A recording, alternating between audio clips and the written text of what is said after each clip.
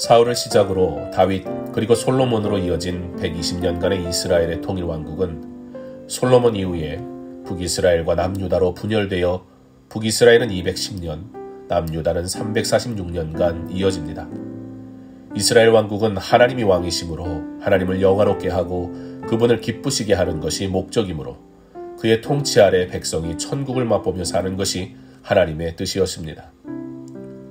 다윗의 통치 기간과 성전을 건축했던 솔로몬의 초기 7년의 기간은 하나님을 기쁘시게 했던 시간이었습니다.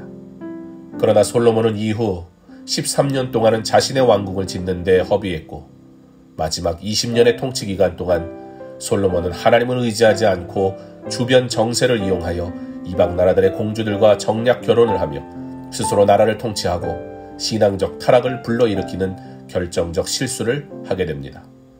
결국 그의 아들 르호보암 때에 분열 왕국이라는 아픔을 겪게 되고 이와 같은 영적 타락은 분열과 불신앙의 역사를 가지게 합니다. 북이스라엘의 마지막 왕 호세아의 집권 3년째에 남유다에는 히스기야가 왕이 됩니다. 호세아는 선대 왕들보다는 조금 덜하기는 하였지만 여전히 악을 행하였고 히스기야는 아버지 아하스나 다른 왕들처럼 행하지 아니하고 하나님 보시기에 정직하였습니다. 이것이 북이스라엘과 남유다의 차이였습니다. 그리고 그 결과는 극명하게 갈리게 됩니다. 북이스라엘의 호세아 왕은 아수르에 멸망되었는데 당시 동일한 위협을 받았던 남유다 왕국은 멸망하지 않고 136년을 더 연장하게 됩니다. 그 이유는 바로 회개, 하나님께로 돌아옴이었습니다. 성전 중심, 곧 하나님 중심, 말씀 중심의 삶을 사는 것과 그렇지 않은 삶을 사는 것은 이와 같은 차이를 나타내게 됩니다. 그리스도인의 가정에 온전한 예배가 드려지고 기도의 삶이 전수되지 못하면 그 결과는 참담할 것입니다. 맘모니즘에 빠져 신앙도 경제 논리로 결정되는 시대에 살아가고 있습니다.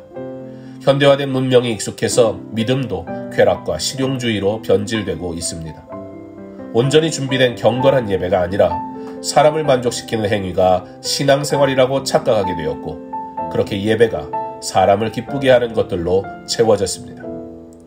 하나님의 백성된 사랑하는 성도 여러분, 말씀으로 다시 돌이키기 바랍니다.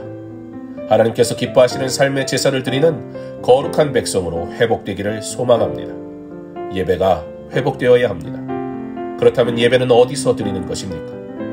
예루살렘에서 드리는 것입니다. 예루살렘에서 드리는 것에 대해서 예수님께서 요한복음 4장에 장소에 상관없이 영과 진리로 예배드릴 때가 온다고 하셨습니다. 그래서 모든 열방에서 허락된 처소에서 이와 같이 우리는 예배를 드리는 것입니다. 그런데 잊지 말아야 할 것이 있습니다. 결코 종교 행위가 되지 말아야 합니다. 북이스라엘 왕이 성전에 있는 남유다, 예루살렘에는 못 보내겠고 종교적 행사는 해야겠고 그래서 말씀대로가 아닌 사람을 위해 형식적으로 드렸던 행위 우리는 버려야 합니다. 히스기야 왕이 백성들이 모세가 만든 놋뱀을 여전히 분향하는 것을 부수며 종교개혁을 단행했던 것처럼 우리 안의 우상을 버려야 합니다.